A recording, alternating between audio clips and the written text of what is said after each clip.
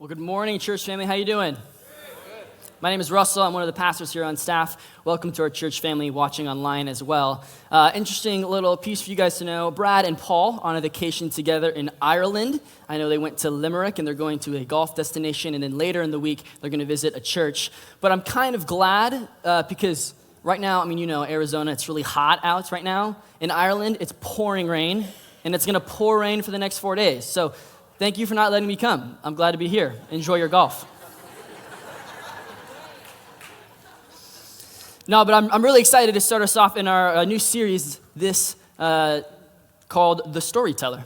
We're going to be looking at the parables of Jesus as told in the gospel books of Mark and of Luke. And what we want to do is we want to help try to explain where we can become better followers of Jesus.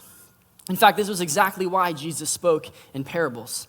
In Mark 4, verses 33 and 34, the author writes that Jesus only speaks the word to the people in parables. And then after he does this, he brings the disciples to the side and he explains to them everything he was meaning in his parables. And so if you're like me, you might ask the question, well, what is a parable exactly? Or you might be thinking, why does Jesus only speak in parables?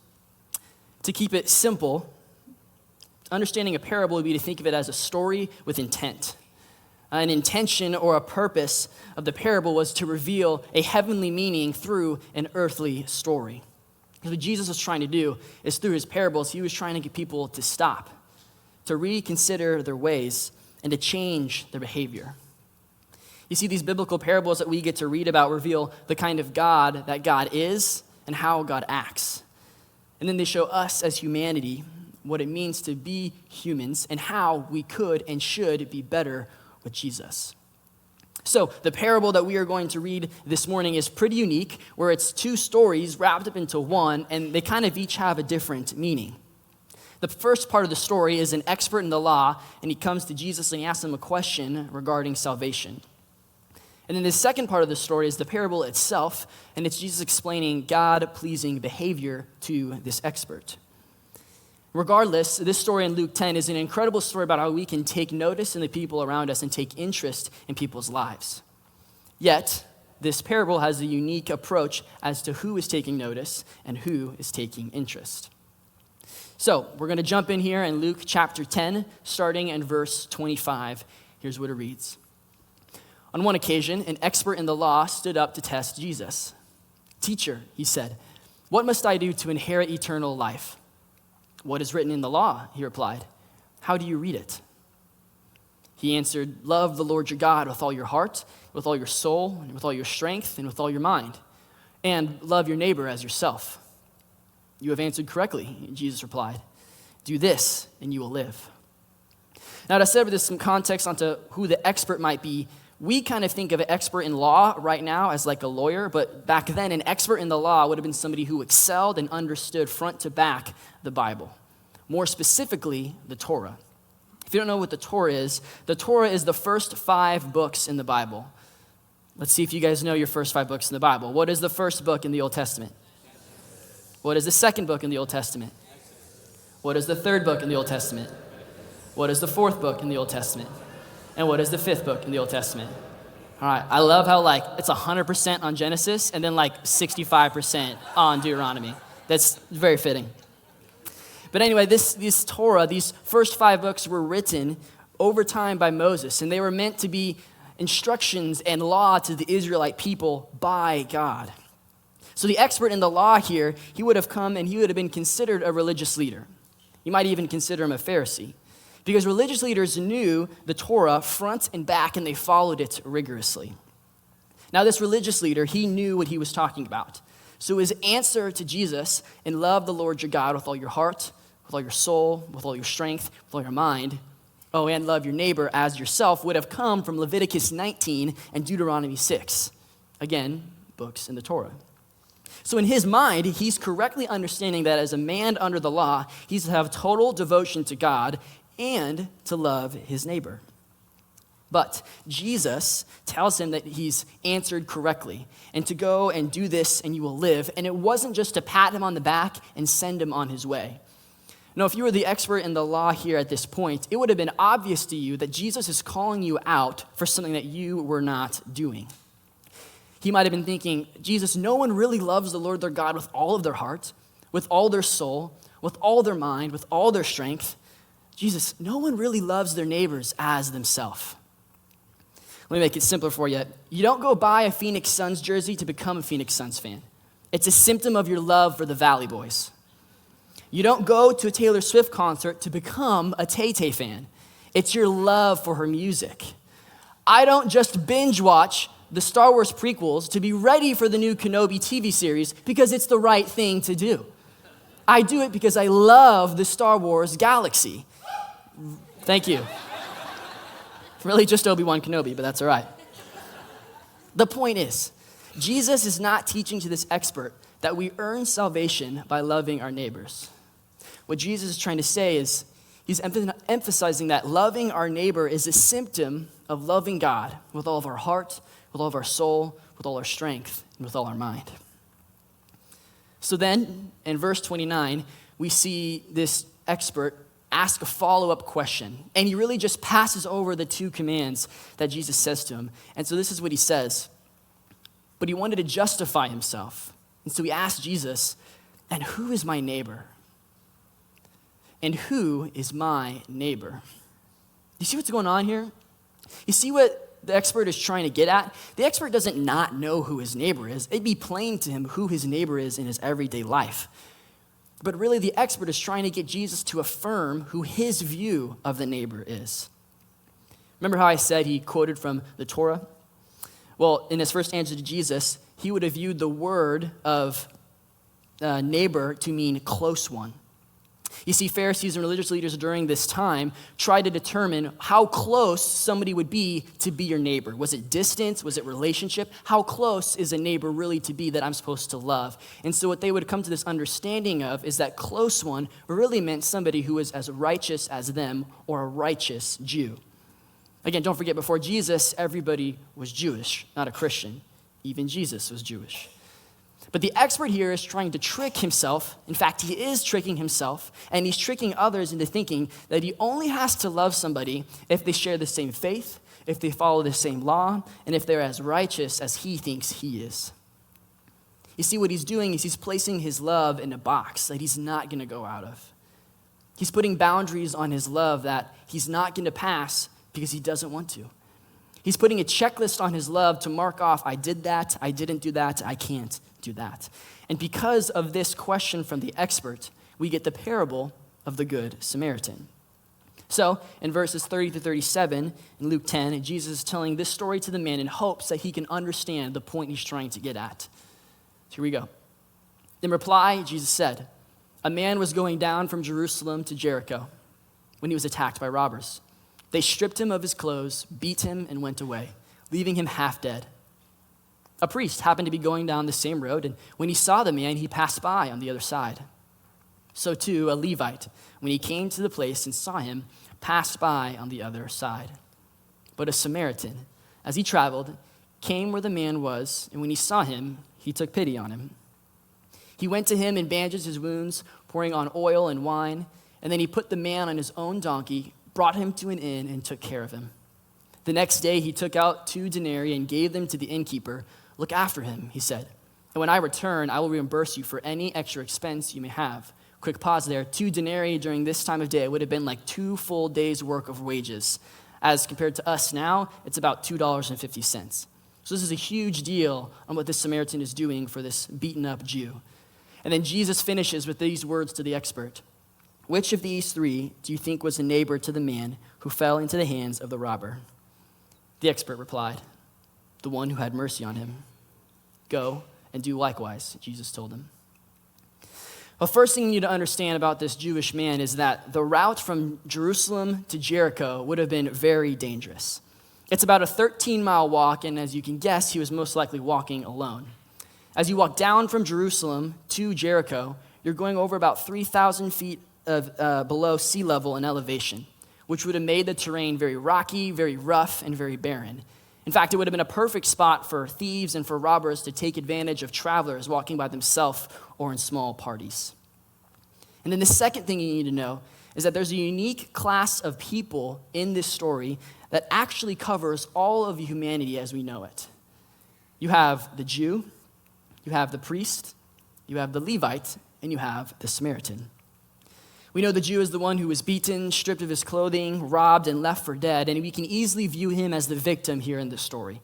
We see a lot of people in our world that either are actual victims or are playing the victim card. And then you have the priest. The priest comes onto the scene, he notices this wounded traveler, but he does nothing. Why does he do nothing? We really don't know why he does nothing, but you could speculate that as a priest, he didn't want to touch something that was unclean or that was deemed dirty. He might have even thought that this man was actually dead. You could even speculate that, like the religious leader, the priest didn't know and couldn't tell that this beaten and stripped of clothing Jew was righteous. And if he really was as righteous as him, because otherwise he would have or would not have needed to love him like a neighbor. Whichever way you look at it, the priest becomes the victimizer in this story. He sees a problem, he sees the victim, and he doesn't do anything. And then you have the Levite. And this is interesting because the Levite notices the wounded man and then he passes him by on the other side as well. And if you kind of know what happens in the Old Testament, you would recognize that the Levites were upper class, educated, and compassionate people. In fact, they were the chosen people group by God to maintain purification rites and temple duties when Jews would come to the temple in Israel to offer sacrifices and atonement. Levites were set apart to look and to be different by God in the Israelite community. But in this scene, the Levite doesn't act any different at all. He actually acts indifferently towards this wounded man. Personally, I think the real reason why the priest and the Levite don't help the man is because in this fictional story, Jesus is trying to make a point. And so he concludes his point by talking about how a Samaritan man took notice and took interest in the wounded traveler. And what Jesus is doing here is a pretty big deal because the Jews and the Samaritans did not get along at all. It'd be like us Cardinals fans trying to get along with Rams fans. It just doesn't happen. We don't do that. The Jews thought of themselves as these pure descendants of Abraham, while the Samaritans were these mixed race of people. The Samaritans came through about the Assyrians and other nations conquering the land of Israel, winning battles and defeating their armies, and then they would intermarry with fellow Israelites and Jews. And so our pure descendants of Jews, who thought of themselves as pure descendants of Abraham, would have viewed them as nasty, disgusting people because they intermarried with us, and that shouldn't be the case. So for the expert in the law here, the Samaritan would be the least likely to act correctly. He would not be the bodacious hero in the story. He would have been the evil villain that he would have thought in any story that would be talked about. I mean, the expert couldn't even say Samaritan when Jesus asked him who was being a neighbor. He had to say, it's the one who received him. But Jesus makes the Samaritan a hero who goes out of his way and he pays the stranger's expenses, a hero who shows mercy and who shows compassion, a hero who meets the immediate needs of a person and then helps set up a better future for the wounded. You see, the Samaritan would have checked off all the non-neighbor boxes in his mind. It'd be like if I set this story here today in inner city Phoenix. Let's say you guys were the Jew, and you're walking around in inner city Phoenix, you just got off of lunch, and you're trying to catch a bus back to your group of people, but along the way, you get jumped by robbers and thieves. You get beaten up, you get your wallet stolen, you're stripped of your clothing, and you're left there for dead. You think, oh man, this can't get any worse for me. I don't know what's going to happen. And then, out of nowhere, you notice down the road that Paul, one of our pastors, is walking down the road towards you. And you start to think, wow, that's Paul. He's one of my pastors. Surely he's going to help me. But Paul notices you, and he crosses to the other side of the road, and he avoids you completely. Well then, shortly after, just to your luck, Brad, your lead pastor, comes and is walking down the road. And you start to think, man, Brad will definitely help me. He's always talking to people after church in the plaza, and I know he's super compassionate, so he's definitely going to help me. But once again, Brad notices you, and he walks to the other side of the road as well, avoiding you completely. And just when you think it couldn't get any worse, and that you were going to be left there on your own, and nobody was going to help you, Phoenix Suns basketball player Devin Booker comes along and takes immediately care of who you are. He brings you into his tricked out car. He doesn't care if you're bleeding or if you're dirty. He takes you right to the hospital, and when you get to the hospital, he says to the doctors and the nurses, take care of this person, please. They've been beaten up. They've been in bad shape. They got stuff stolen from them. I don't care what the expenses are. I will cover all the expenses for them so they can be healed. Now, do I really think that Paul and Brad wouldn't help you if this was you in the story? No. They would stop in an instant and they would take care of you. But the point of the story is that you would have thought that Brad and Paul would be the ones to take care of your needs. You would not have thought of Phoenix Suns basketball player Devin Booker. In fact, some of you might have actually gotten a little uncomfortable listening to this adapted version of the story. So let's play into that a little bit. What if I changed the type of person that came along to help you? Say, a Muslim. Say, President Biden. Say, Donald Trump. Say, someone from the LGBTQ community. Say, your principal. Say, your boss. You know what all these people have in common? You had an internal reaction to them, whether good or bad. And now it's not a perfect illustration, but I bet something stirred within you when you heard about each of those different people groups. And I want you to know that that's a glimpse of what the expert in the law would have been viewing here when he heard a story about a Samaritan being a hero. It would have been unheard of in his mind. The reality is, I think some of us are asking the wrong questions in who we're trying to be Jesus to. And some of us aren't even asking the question at all. You see, the expert in the law asks this question: who is my neighbor? But who is my neighbor is the wrong question to be asking. Because in doing so, you are trying to justify not doing what you know you are supposed to be doing. Right? Some of us are trying to define our neighbor as someone in our own inner circle, someone of our own race, and someone in our own political party. And in doing so, we are going to disqualify every opportunity to love our neighbors if we think our neighbors deserve to be disqualified from our love. Loving your neighbor as yourself does not mean to debate who deserves your love and who doesn't get to have your love. And yet, some of us aren't even asking the question at all.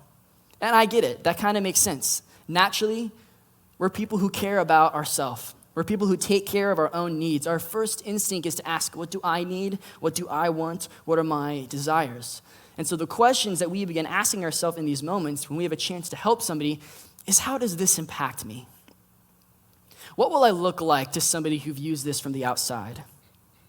Is this going to change what people think of me? What am I going to gain from this?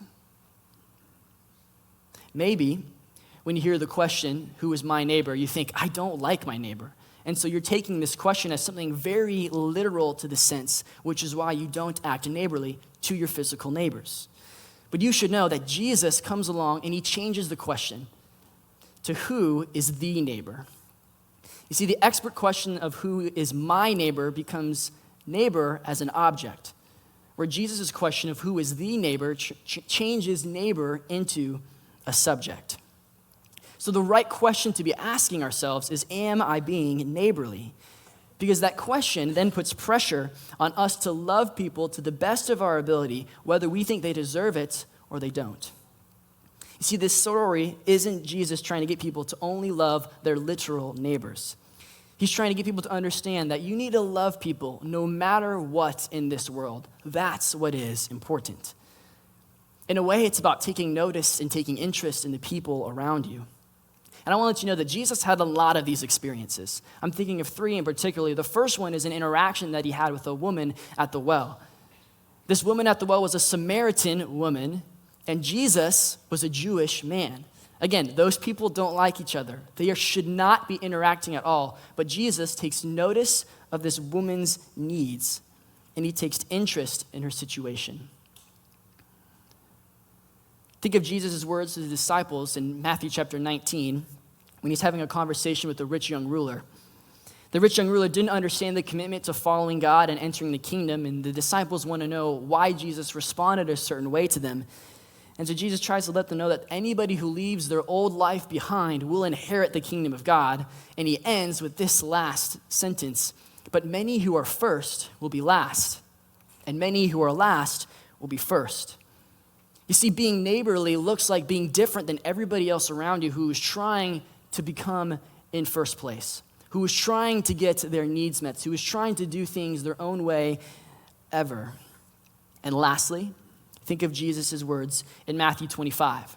He's talking to his disciples on the mountainside of Mount Olives, and he's talking to them about his future return and how you can enter the kingdom of God. And he starts describing this scene where the Son of Man is sitting on his heavenly throne in heavenly glory, and he starts to separate the believers on his right and the unbelievers on his left. And then in describing to his disciples, he says this in verses 34 through 36. Then the king will say to those on his right, "Come, you who are blessed by my Father, take my inheritance, the kingdom prepared for you since the creation of the world. For I was hungry, and you gave me something to eat. I was thirsty, and you gave me something to drink. I was a stranger, and you invited me in. I needed clothes, and you clothed me. I was sick, and you looked after me. I was in prison, and you came and visited me." And then as if the disciples wouldn't understand that, he makes it even more simple in verse 40, and he says, "I tell you the truth, whatever you did for one of the least of these brothers and sisters of mine, you did for me." That story in Matthew 25 sounds a lot like the Samaritan that helped the wounded Jew. At the end of the parable, we get this simple command that Jesus gives to the expert, and he actually still gives to us today. That simple command is to go and do likewise. Go and do likewise. I want you to know, if you're here this morning and you wouldn't call yourself a Christian, or you don't believe in Jesus or God yet, that's okay. I'm glad you're here. But I want you to keep pursuing who God and Jesus is to you. And I want you to know that you don't have to be a Christian to be neighborly. You don't have to be a believer in Jesus to take notice and to take interest in people and to do likewise. I mean, imagine a world where people took care of each other's needs all the time without hesitation, where someone took notice of somebody who was poor and hurt and sick and actually did something to help them. That would change what people view others in your community, in your sphere of influence. It would make a whole difference in this world if you took this challenge to heart today. But I want you to know that if you're a Christian, if you follow Christ, if you say you are a believer in Jesus, then this is your challenge this morning. Jesus calls you and he calls me. He calls us to go and do likewise. He calls us to be neighborly to the world, to show mercy and grace and love, to hold on to truth and to present truth, to go above and beyond what is expected, to empathize with those that are hurting in ways we are not hurting. You know, I think of how us as human beings, we love our rhythms and we love our habits and we love our schedules. Some of us have a morning routine that has to happen the same way every single morning or else we feel out of whack for the day. Some of us have a gym rhythm where each day on Monday, on Tuesday, on Wednesday, we have to hit the same workouts or else our body just feels all out of joints. Some of us are trapped in these schedules of our kids' sports and classes and school and friends and lessons, and we feel like we can't do anything for ourselves or anything for anybody else because our schedule is all about our kids. Whatever it may be, I think being neighborly looks like in the moments of these rhythms and routines and schedules, they get put on pause and we sacrifice for the unexpected.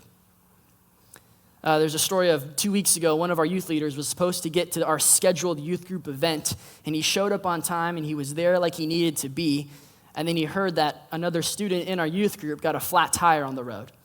And it was in a situation where this student couldn't do it on themselves and they needed some help. And so our youth leader left our scheduled event and went directly to where the student was and replaced their tire. And then they got them to the necessary places they need to go to be able to continue driving their car and taking care of themselves. You see, one of our youth leaders had a schedule they had to meet, had a routine they had to be at, but left it to meet the immediate needs of a student who needed help. He was being neighborly in a way. If you're still wondering what it looks like to be neighborly, I'm going to give you 2 practical ways that you can be a neighbor today to the people around you. The first in being neighborly is to love God with all your heart, soul, strength, and mind. Actually read the Bible. It's God's word given to you. It's the way we understand truth and we grow in truth and we grow in our wisdom and understanding of who God is and what his plan is for this world. Actually engage in prayer and have conversations with Jesus. That's what a relationship is supposed to look like. The only way you can have a relationship with somebody is if you're listening and if you're talking. In doing this, your life will begin to look different from everybody else around you because you are living out of the love that God has for you. God has specifically given his Spirit to dwell in you and among you for this very reason. And second is to be the church in your community. If you're here last weekend, you heard a great message about how we are the church and how we can be the church. And I want to continue that challenge for us here today. Be the church in your community. Just like in this parable, some of us are stuck looking like the experts, the priest, or the Levite. We're making excuses on why we won't show or tell others Jesus. We're walking right past people and ignoring the ones that need help and need a relationship with Jesus in this world. And the sad reality is that we don't really look any different from our friends who don't believe in Jesus. We're not giving any reason for them to trust in God because we don't look like the Christians that God has set apart to be different. If I can be honest, sometimes we don't even look like the Samaritan in this story. But we're not true followers of Christ until we are ready to give whatever is needed and when we're ready to start looking different from everybody else. Just like Jesus' words in Matthew 25, we are truly showing being disciples when we're feeding the hungry, giving drink to the thirsty, inviting the stranger into our life, clothing those who don't have clothes, caring for the sick, and visiting the prisoners. Now, those things don't make us disciples, but their absence clearly shows that we are not disciples of Jesus. Guys, this parable is a call to action, and I hope you'll all accept the challenge of what Jesus gives us. Our world needs Christians to be different today. Like the expert in the law, people are dying to know about Jesus and to be saved. Like the Jew, people are beaten up and need help. They need taken care of. Like the priest and the Levite, Christians have a bad rap. So what are you going to do about it? Take notice and take interest of others. Be neighborly to whoever comes into your life. Love the Lord your God with all your heart, your soul, your strength, and mind. Look and act different than the rest of the world. Go and do likewise. Jesus, thank you for this morning. I thank you for getting us here to this place where we get to honestly be in safety, where we get to be with like-minded people, where we get to worship and sing to you, where we get to hear from you, God, and what your Spirit has for each and every single one of us.